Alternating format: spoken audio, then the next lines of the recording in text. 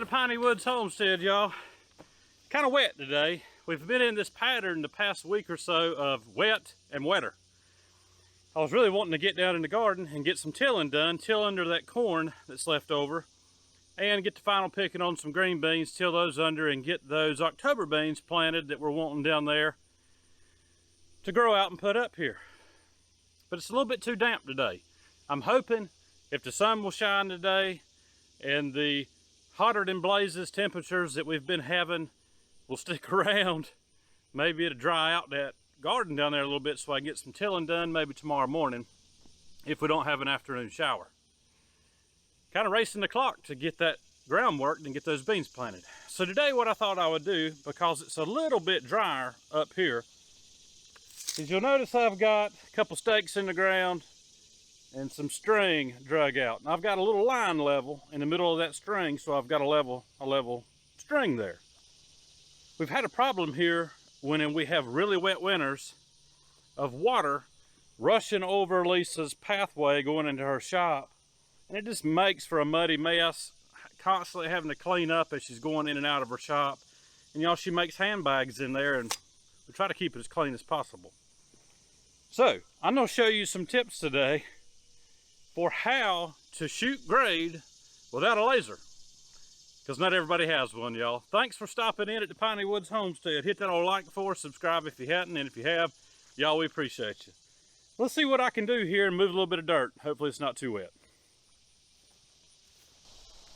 So y'all, grade can really fool you if you're not very experienced in cutting grade, or you don't have a laser transit. I've been on jobs before in the past where you eyeball it and you think that looks pretty level, but you put a laser on it and you'll see that you are way off. But fortunately right here, what I have done is taken a string, like I told you, put a level on it, and I went through with my measuring tape and I just kind of measured the depth down through there. Y'all, there is not a lot of difference in the grade right here. It looks fairly level, and I was a little bit worried about that because I really need to get a little bit of slope going and maybe a little bit of a berm action going on to kind of take this water that comes off of the side yard, and instead of it hitting down here in the center of her walkway, I want it to shoot on around the building and around behind, because I've got plans to put in maybe an 8 or 12 inch tile on the back side where we're going to be putting that stone base in once we get the grading done for the project that I showed you a couple of videos ago that I'm wanting to work on. So I really want to clean this up, and so I'm going to get the tractor out and see what I can do without a laser just to get it to going. And y'all, a trick before you throw grass seed out, if you're a little bit concerned about your grade, let a good rain come on it. You'll see right where you need to cut the next time. Before we hop on the tractor, I want to show y'all something neat. We had one of our laying hens over here. Lisa calls her Honey because she's sweet. She's the only red hen that we have. She went broody a while back, and so we had this bright idea. Let's put a couple of eggs under her from that golden friar bunch up there. And y'all, I want you to check this out. She had 3 eggs under. One went missing, probably a snake. And about a week ago, might have been a little bit longer now, we ended up with this.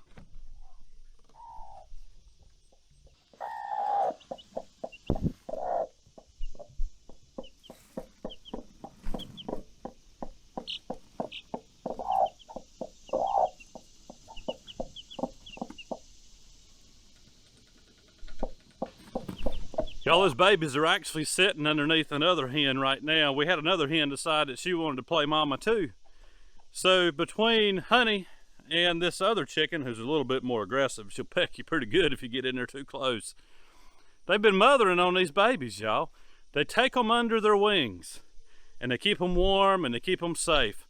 A couple of them, there's only 2, they've actually gotten down, or at least one has, into the main part of the coop a couple of times. And I go in there to scoop up a baby, and Honey, she'd be wings flared out like I don't know what you call it. I guess like a mama hen, just going around and trying to scoop those babies up and protect them. But isn't that cool how they are just naturally ready to be mamas and to take care of those babies? It's pretty neat though, y'all. So we're gonna let those little chicks stay in there. Hopefully they're gonna be hens, If they're not, they'll be fried chicken, but hopefully they'll be hens.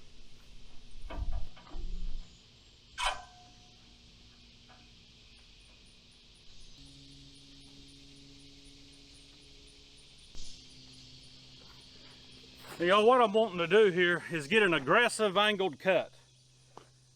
That way I don't have to take out a whole 5-foot wide section of dirt with my box blade back here. I'll put down a couple of scarifiers, those cutting teeth on the front, drop those down, and what I'll do is I'll start cutting me a little ditch. And y'all, it's not fast like a skid steer, a track loader, anything like that, but you can do it. It just takes a little bit of time. So I'll hop on the tractor and show you. And we'll probably put some high-speed action in there so it looks like I'm going really fast and really getting a lot of work done quick.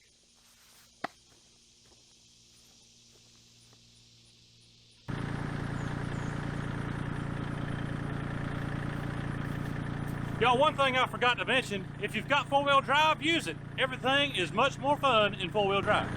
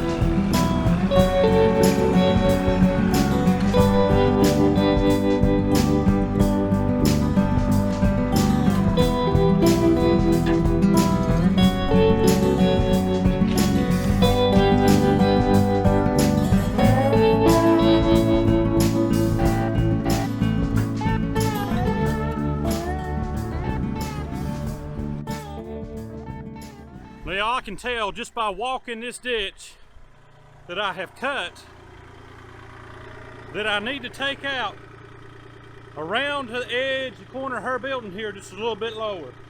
Everything else up through here looks pretty good, following the contour that's already naturally there.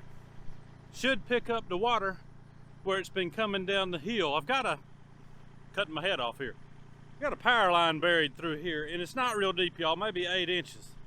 So I'm being really careful not to get too close to it, but the water kind of follows that power line ditch. And then where I started my cut is where the water wants to run down here and run across her little walkway. So what I'm doing is diverting that water, making me a shallow ditch, a little bit burned up on one side, something not too extreme that I can't still mow on the riding mower. I'm not trying to make it harder on myself, I'm just trying to make it better. Better for Lisa getting in and out of her shop in the wintertime. So y'all, I'll hop back on the tractor here, see if I can cut that last little bit out, and just kind of shape it up a little bit. And I'm fairly confident that it's going to work, so I'll throw a little grass seed out here in just a few minutes.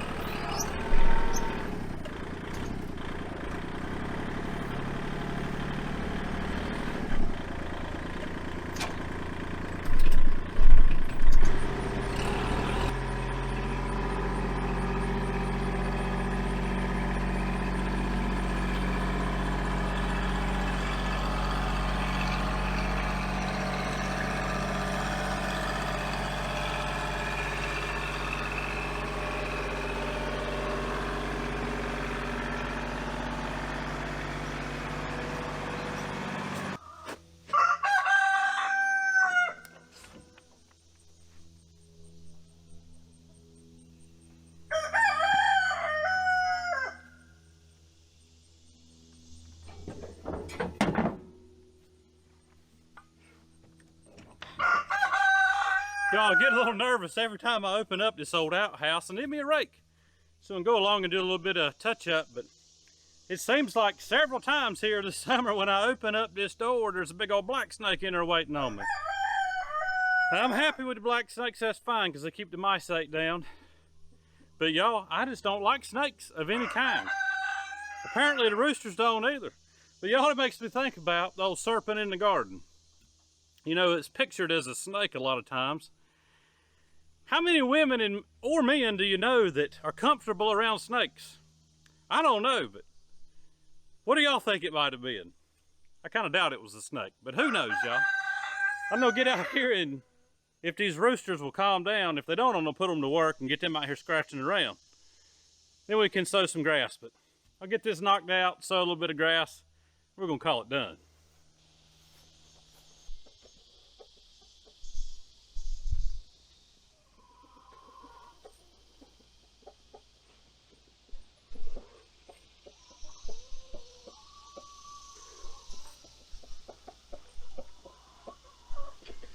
Well, y'all, this about wraps it up for me for the day. I'm gonna scatter some seed out here and see if I can't get it to come up. I'll go throw any straw on it. I'll mow the yard here in a little bit and blow some fresh grass down on it, and that's gonna help it germinate. Y'all, what we're trying to do here is sow some seed. Sow some seed to get grass to come up, but also sow some encouragement with you guys. The world is getting kind of crazy. And y'all, I made an instant buddy the other day. I want to tell you about this. He's got a channel. He's a preacher up in Missouri. His name's Jimmy Root. And it's called Last Days Awakening. And man, I'm gonna tell you what, he throws the gospel at you and a whole bunch of prophecy stuff. It's really neat if you're into that sort of thing. If you're not, check it out. You might be interested in it once you hear him teach a little bit. I'll try to put a link in the end if I can figure that out, y'all. I am not very tech savvy. But y'all, I'm gonna get this seed scattered and pray that it comes up good. I believe it will. Y'all, thanks for stopping in. We're going to get up to the kitchen here in a day or two. Lisa's got a whole bunch of tomatoes to process. And we're going to do a video on how we process tomatoes, can them, different recipes, salsa, all kinds of stuff, y'all. Thanks for stopping in. We appreciate you. Hit the old like, subscribe if you hadn't. And if you have, we appreciate you guys. I know I say that a lot, but we really do mean it. Have a good day, a great week. We'll see you on the next video.